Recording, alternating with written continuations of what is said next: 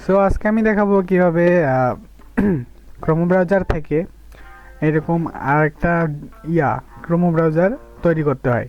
হ্যাঁ, তো এর জন্য আপনি যে কোনো একটা ক্রোম ব্রাউজারে যাবেন। আমার এখানে লগ ইন করা আছে, আমি এটাতে যেতে পারি অথবা এইটাতে যেতে পারি। এটাতে আমার জিমেল লগ ইন করা আছে।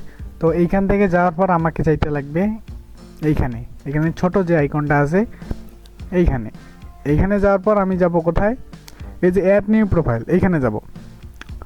যাওয়ার পর কন্টিনিউ উইদাউট অ্যান অ্যাকাউন্ট, আমরা সাইন ইন করবো না, আমাদের সাইন ইন করার কোনো প্রয়োজন নেই। এটাতে ক্লিক করলাম, দেন এখানে নাম দিলাম যে নিউ ক্রোমো বা টেস্ট টেস্ট CHROMO ক্রোমো। তারপর এখানে আমার কালার সিলেক্ট করলাম, ধরেন যে সবুজ কালার সিলেক্ট করলাম, দেন এখানে ডান লিখলাম। এই ক্রোমো ব্রাউজারটা কিন্তু তৈরি হয়ে গেছে।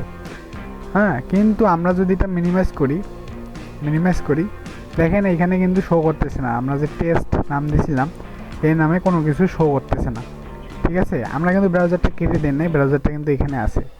অথবা এটা যদি আমি কেটে দিই, এটা আমি আবার খুঁজে পাবো এখানেই, যেটাতে ক্রিয়েট করেছিলাম। আমি যদি এখানে আসি, এই যে নিচে টেস্ট ক্রোমো নামে, এটা কিন্তু খুঁজে পাবো। বাট আমি চাচ্ছি না যে এটা এইরকম থাকুক। হ্যাঁ, আমি চাচ্ছি যে এইটা এইরকম আমার শর্টকাট হয়ে এইখানে আসুক। এর জন্য আমি জাস্ট ব্রাউজারটা ওপেন করে এই ব্রাউজারটাতে ঢুকছি, টেস্ট ক্রোমো নামে। ঢুকার পর আমি এখানে 3 ডটে ক্লিক করব।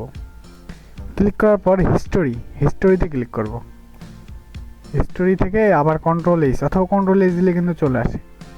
আসার পর এখানে দেখেন যে ডিলেট ব্রাউজিং ডাটা, এখানে ক্লিক করব। ক্লিক করার পর এখানে বেসিক থেকে এগুলো লাস্ট আওয়ার এগুলো কিছুই দিতে লাগবে না, ক্যান্সেল। এখান থেকে আমরা just auto fill and password you and Google, এই যে এইটা যে লেখা আছে এইটাতে যাব। যাওয়ার পর এখানে দেখেন যে কাস্টমাইজ ইওর ক্রোমো প্রোফাইল, এটাতে ক্লিক করব। টেস্ট ক্রোমো এগুলো সব ঠিক থাকবে, এইখানে দেখেন ক্রিয়েট ডেস্কটপ শর্টকাট, এটা জাস্ট অন করে দিব আর একটা আইকন সিলেক্ট করে দিব। ধরেন যে আমি এই যে চশমা আইকনটা দিলাম। হ্যাঁ, দিয়ে এটাতে সেভ করার দরকার নেই, জাস্ট কেটে দিবেন। দেখেন এখানে কিন্তু এই যে চশমাওয়ালা টেস্ট ক্রোমো নামে এটা চলে আসছে। এখন আপনার যে কোনো একটা কাজের জন্য এটা আপনার করার দরকার পড়ছিল, এখন আপনি চাচ্ছেন যে এটা ডিলিট করে দিতেন। তো আপনি জাস্ট এটাতে ক্লিক করবেন অথবা